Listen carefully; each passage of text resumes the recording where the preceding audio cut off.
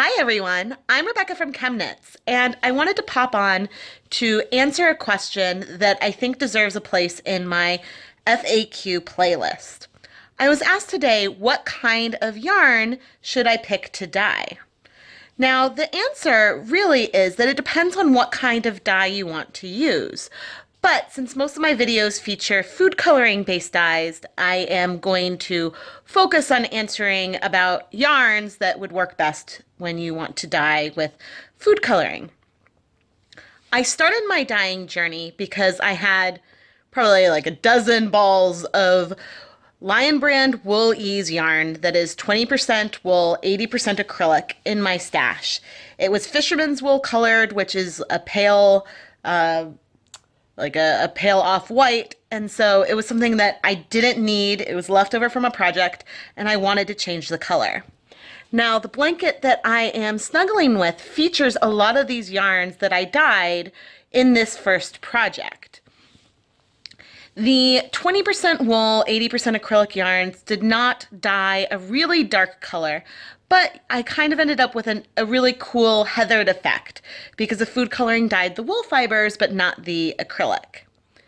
If you want to get great results like you see on the channel with food coloring, it's best to stick to natural protein-based fibers, like wool and silk. In most of the videos that I showcase, I am dyeing with either 100% wool or 75% superwash wool and 25% nylon. I have not yet done an experiment where I've dyed with 100% nylon, but the nylon fibers seem to take up food coloring and dyes from similar dyes like commercial acid dyes really, really well. So using sock yarns that have nylon content are a great candidate for dyeing.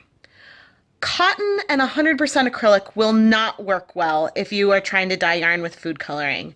I actually have a video on the channel where I attempted it, and you can see that the results are just not great, so it's not really worth trying. So for the best successes, I like to use Knit Picks Bare yarns.